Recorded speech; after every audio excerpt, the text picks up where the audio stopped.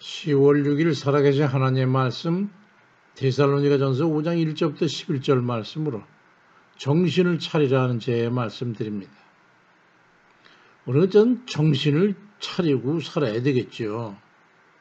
무엇인가 정신이 팔려있는 잘못된 것에서 객관적인 사고를 할 수 있는 그런 정신적 상태로 돌이키라는 그런 말씀이죠. 그래서 무엇인가 정신이 팔려있는 상태를 일컬어서 잠에 들었다고 표현합니다. 성경에서도 잠이란 무엇이며 어떤 상태인가에 대해서 말씀하는 걸 잘 살펴보면은 하나님 뜻에 합당치 않은 것임에도 불구하고 현재 몰두하고 있는 그 육신의 정욕적인 것이나 세상적인 상황에 진짜냐 가짜냐를 알 수 있는 진리로 알 수 있습니다. 주님께 잡히시던 그 밤에 가장 아끼는 제 3명과 함께 겟세마네 동산으로 가가지고 올리브산에 올라 기도를 하려고 하면서 제자들에게 말씀합니다.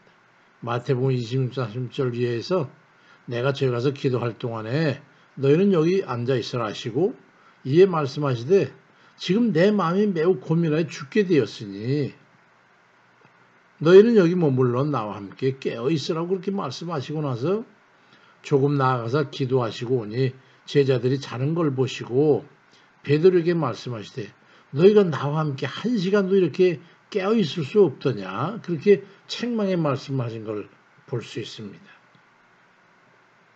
곧 대제사장과 백성의 장로들에게서 파송된 무리가 들이닥치기 직전인데 그 상황이 의미하고 있는 것은 그 밤에 주님께서 잡혀가셔서 죽음에 이르게 될 거라고 하는 거잖아요. 그런 상황을 간과한 채 잠이 들어있는 제자들과 일생일대 위기를 맞이해서 죽음을 회피하기 위해 전심을 다하여 기도하는 주님의 절박함과는 너무도 많은 괴리가 큰 것을 보게 됩니다. 교회의 오늘날 현 상황이 어떻습니까? 오늘날 우리 교회에 속칭 교회 오빠들이 거의 없다고 합니다. 다시 말해서 교회 젊은이들이 없다는 말이죠. 신천진지 구천진지 하는 이단에는 젊은이들이 넘쳐나는데 말이죠. 그들 중에 많은 수가 교회 오빠들이었다는 사실은 뭘 말하고 있는지 아시겠습니까? 교회가 잠들어 있다는 거예요. 교회가 위기에 처해 있다는 말이죠. 정신을 차려야 합니다. 우리가 사는 현 시대는 또 어떻습니까? 다들 평안하십니까? 이 나라가 망주의 길을 걷고 있다는 위기의식을 가지고 있는 사람들은 정말로 깨어서 기도할 때입니다. 많은 국민들이 현 상황에 대한 인식에 너무나 차이가 있는 것 같습니다. 정말 정신들을 못 차리고 있어요. 잘못된 오류에 정신 빠진 이들의 삶은 어떤 형태인지 아십니까? 교회가 진보하면서 깨어나 일신에서 정신을 차려야 합니다. 거대 교회는 자기 교인들을 지킨다고 돈이나 퍼주고 있고 교인들의 마음을 붙잡는다고 놀고 먹고 모이는 것에 정신이 발려있고 죽어가는 작은 교회들을 보살피는 데는 너무나 관심이 미미한 것 같지 않습니까? 거기다가 예수 믿는 사람들이 정치에는 관심을 가지고 나를 지지하는 이런 정신 빠진 이들이 얼마나 많은지 몰라요. 그들은 오로지 자기 편이라고 생각하는 이들이 나팔이 돼가지고는 맹목적으로 추정하는 그런 전위부대가 되어 있는 것도 그건 자기들이 지금 무엇에 정신이 팔려 있는지조차 모른 채 밤이고 낮이고 그걸 위해서 나팔 불기에만 몰두하고 있는 거예요. 전에 열심히 기도만 하시던 분이 근가에 들어가지고 이것저것 지한테 뭐 보내고 있어. 우리한테 보내서 뭘 어쩌자는 거예요. 그럴 시간이 있으면 정신 차리고 나라와 지도자를 위해서 그리고 하나님 나라를 위해서 기도를 그렇게 열심히 할 일이지 남유다 말기에 왕과 같이 나라를 못쓰게 만들어 놓은 간족과 여적에 충견이 돼가지고 그들을 위해서 나팔이나 불고 있어야 되겠습니까? 뿐만 아니라 이 나라 백성들의 의식 상태를 한번 살펴보시기 바랍니다.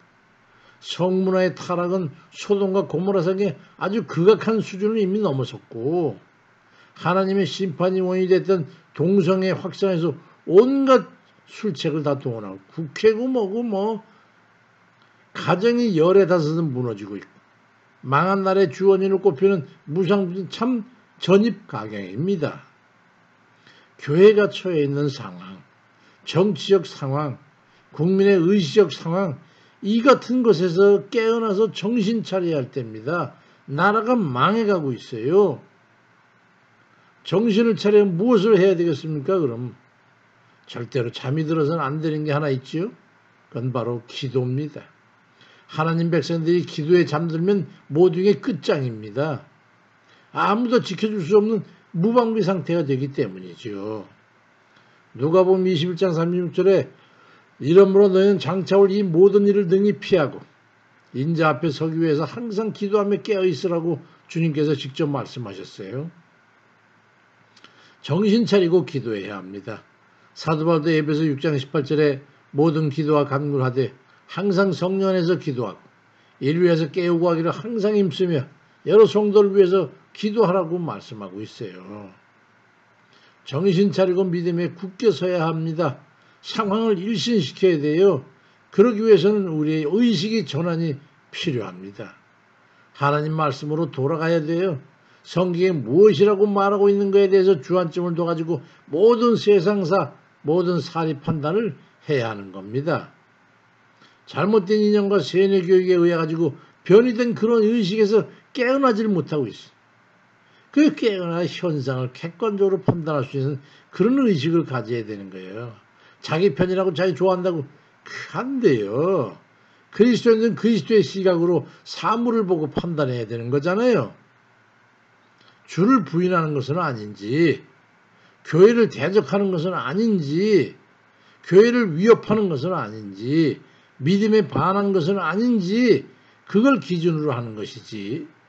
나와 같은 색깔이기 때문에, 또 같은 이념적 동일성을 가지고 있기 때문에, 자신이 좋아하는 타입이기 때문에 도적이든 역적이든 여적이든 간적이든 무조건 그걸 동의하고 선호하는 그런 편견을 가진 것은 그건 정신 빠진 자라 하는 짓이에요.